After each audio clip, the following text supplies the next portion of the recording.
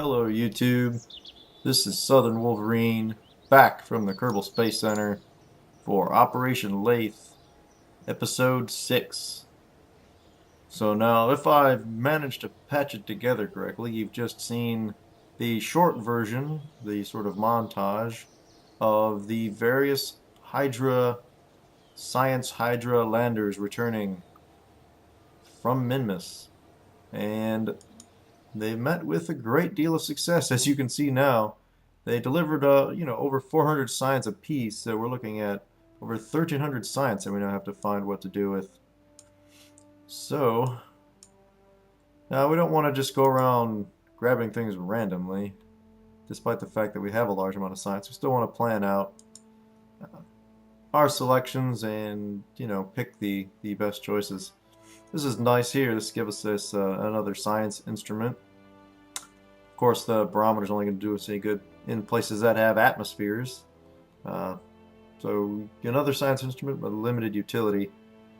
We could do some more science on Kerbal with that too. Got a couple of ladders, that might be nice for landing on the higher gravity world, so we might get that just for that reason. Larger battery, more solar panels. We can probably live without that for a little while, and we really don't need these little spaceship parts yet. More aircraft parts, we'll get to that eventually. Again, aircraft parts and a probe body, not super important. Alright, so this might be a candidate for us to grab too. We got some of the large fuel tanks, the large decoupler, larger radial decoupler, and an adapter between the small and large parts. And we might get this as well. More large fuel tanks and the poodle, which is sort of the large landing engine. So let's go ahead and we'll pick these up because of course to make larger and larger vehicles we're going to want larger and larger parts. I shouldn't have to explain that. That unlocks a whole new set of things. Okay, so here we've got now the larger radial monopropellant tanks. We haven't used any monopropellant yet, but it's because I haven't needed it. I'm not doing any docking. I'm not maneuvering any particularly large vehicles just now. But this is good. This gives us another 2 capsules, the lander and the Mark 1 command pod, or the Mark 1-2 command pod. And larger fuel tanks here and the skipper liquid engine.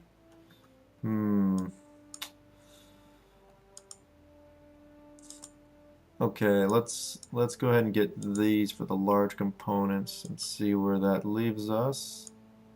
Ooh, nuclear engines. We need the other branch to get to it. And this here I know is the one that I will really want for when it comes time to these large Operation Laythe missions when we're heading to Laythe itself, because that'll be the mainsail engine, which is sort of the Cadillac of heavy launch engines with its 1500 thrust rating. Alright, so we're going to go ahead for that. Oh, we could get the nuke engine too, and the 2-man lander.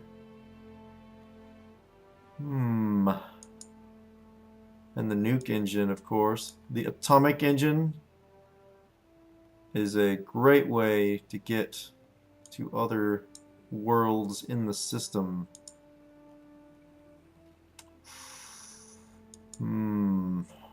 Not sure I'm ready for that just yet. I haven't even been to the moon, so I think I'm going to do some moon missions. Use that science to get this. I don't really need the mainsail just yet either.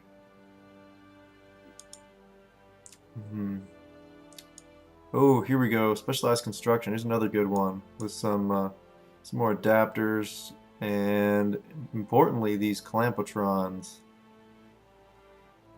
The Clampotron Junior, and oh, that's the shielded version. Is the regular one in here? Did I already get it or something? Oh well. In any case, we got decouplers here that'll actually let us bring vehicles together in orbit and form space stations and stuff like that. So let's grab that too. Oh, that's the Clampotron Junior. This was the regular Clampotron docking port. Okay, never mind. And let's grab this for ladders. Ooh, and we can make rovers too. More and more mission possibilities coming up here.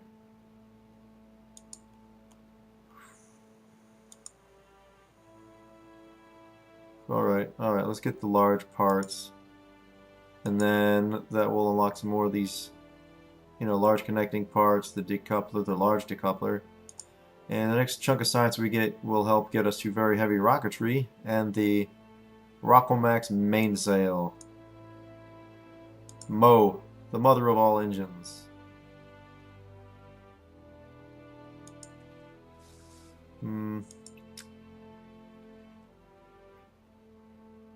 We're definitely going to need this eventually, so I'm just going to go ahead and grab it, because we definitely want those wheels for making aircraft.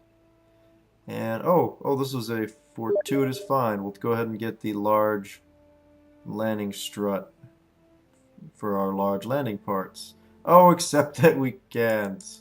Damn it. Not enough science to research this node.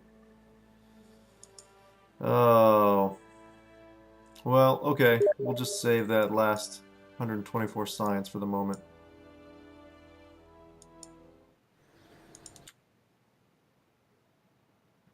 Alright, so let's get over and mess around with some of these new parts. Now, I haven't really planned what I want to do with this next mission. So, we're just going to kind of go off the cuff here.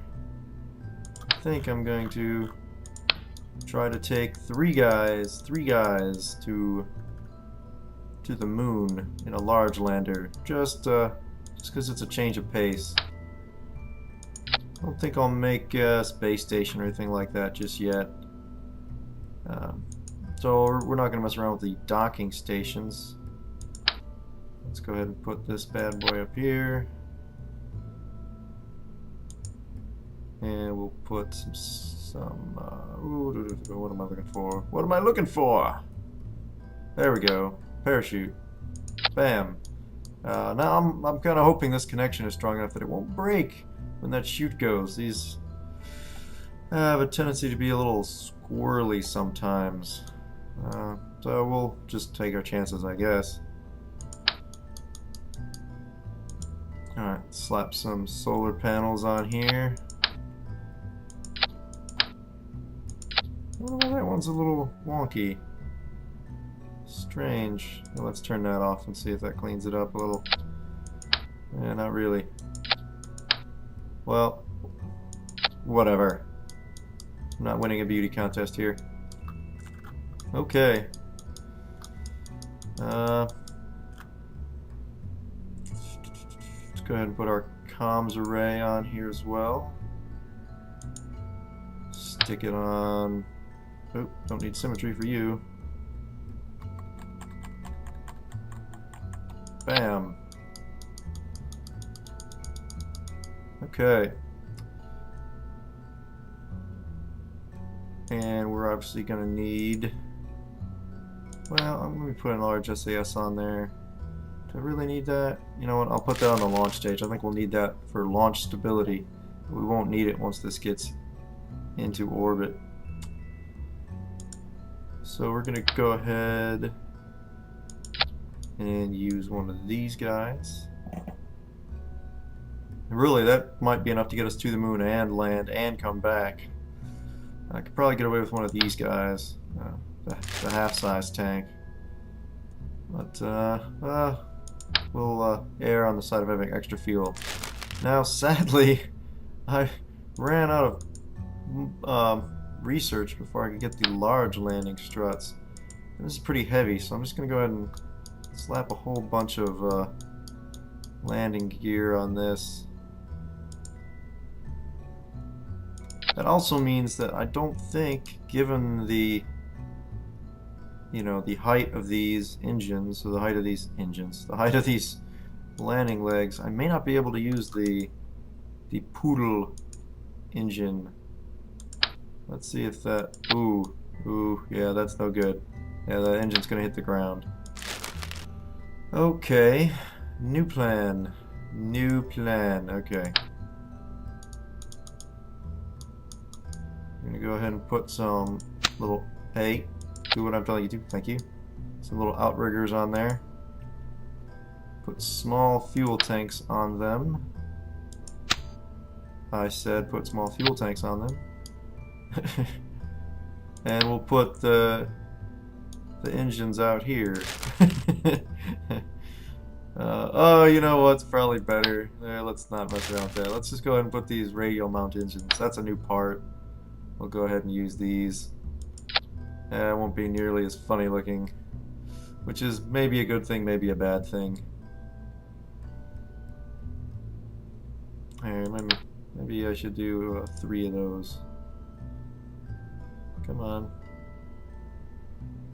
There we go. So they'll fit in between some of the landing legs. And that should give us, let's see how much thrust do we get out of those. 120. Ah, that should be more than enough. I might even have to thrust limit them. We'll see. And we're going to use our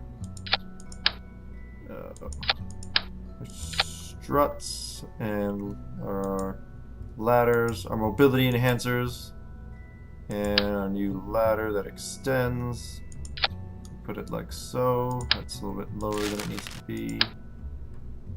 There we go. And now we can travel to the ground in style without having to worry about, you know, using our thrusters to try to get there. And we'll just throw some more science on here too before we send it off. So send some of these mystery goo containers. Now we haven't been to the moon at all yet, so I think we can get 3 on there. We'll get a, you know, low orbit, high orbit, on the ground sort of situation going and get multiple mystery goos. We'll take, I don't think multiple temperature readings will do us any good, but I'll put a second one on there. Just, it's not like it's heavy or anything. The barometer's not gonna do us any good, so forget about that. Oh, I'm second guessing my Science Junior on the top here. Let me try something a little different. Do I have my radial parachutes? I do. Okay, so we'll use these instead. And what this will enable us to do is... Oh, that's kind of in my window. Ah, whatever. What that will enable us to do, though, is make the science at the top detachable. So I'm going to go ahead and put 2 of them up there, because we can get one in orbit around the moon, and one from the surface of the moon. And just for dramatic purposes, I will put some of these little separatrons on here, so that when we decide we're done with these, let's put them that way, that would work better. When we decide we're done with these, they go away, and we don't have to worry about them ever again. And then we'll put a nose cone on there for, you know, style, I guess. Alright, so I think that's going to be our lander. It's kind of an odd looking little thing, but should get the job done. So I'm going to stop recording while I build the launch vehicle underneath this. And I think we'll try to get it into orbit this episode and fly it to the moon in the next episode. So I will see you momentarily. Alright, so we're back, and here's my attempt at making a heavy launch vehicle without using the mainsail engines, which of course I don't have unlocked. So I've got a fairly standard asparagus staging arrangement wherein the pairs of tanks will fall where the pairs of sets of engines will fall away. You know, one set at a time, leaving just the center engine fully fueled, so the fuel lines are all set up. I've got these skippers on the bottom, and I've decided to supplement them with these radial mount liquid engines, just to get something closer to the thrust that I'm used to building rockets with. So each of these has 120 thrust, the skipper has 650, so you know that gives us over 1,000 thrust. I think this will get off the launch pad without the use of solid boosters. If not, we can come back and add some more of these radial engines, I guess. We've got an advanced SES in here to help us control this while we've got all this extra weight on it. Disabled gimbling on all the engines, which I believe is one of the factors that contributes to that sort of random spinning. The only one that's going to have a free gimbal is this one. All the rest of these you see are locked, so the only option is to free the gimbal. Yeah, here we go. Let's go try this out. But first, let's set the new crew. Oh, I guess we can send Jebediah and Bill and Bob out to be the first on the moon again. Alright, let's go for it.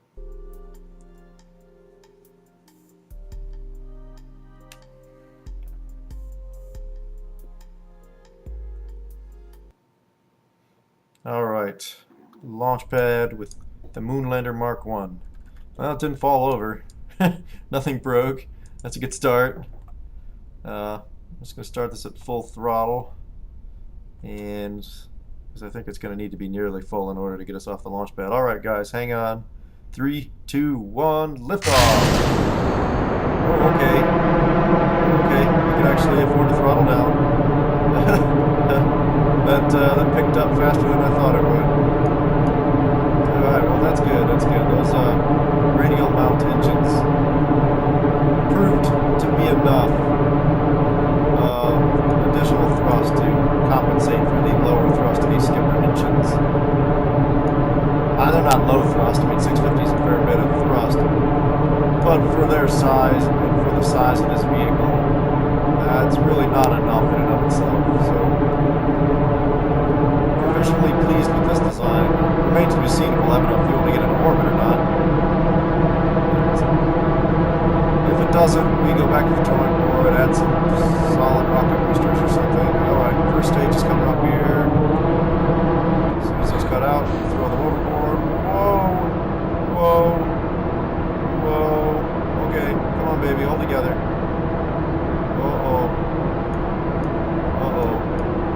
Okay, that's not going to be any good. Let's just go back to the vehicle assembly building. I know exactly what happened to us on that one.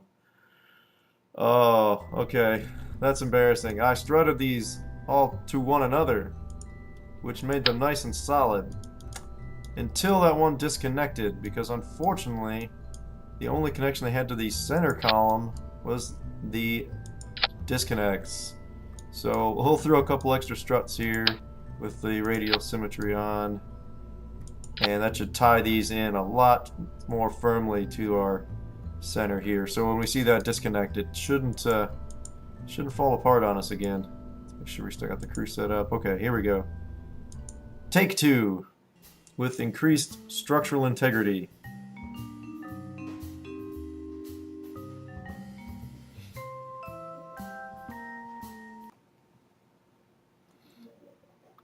Okay. Alright, trying again. 3, 2, 1, lift off.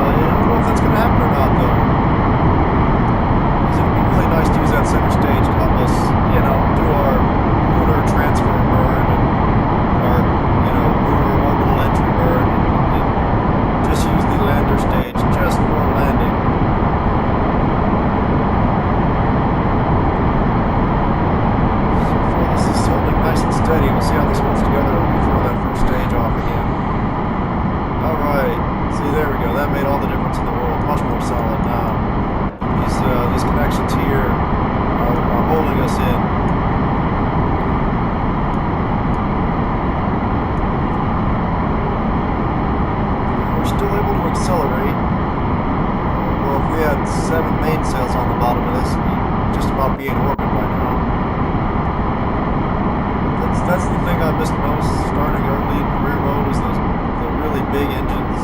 As you can put large payloads into orbit, you don't have to worry about having quite so many extra stages and engines around the outside. But in the meantime, these radial engines are a good supplement. They'll do for us in the meantime. Alright, so 10,000 meters. We're going to go ahead and roll over to the east.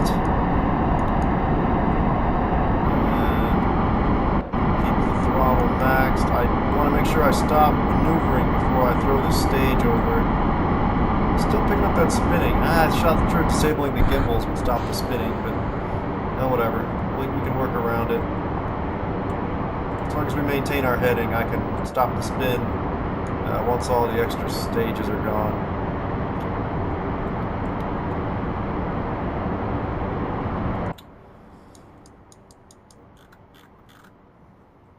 Okay, so that's coming up.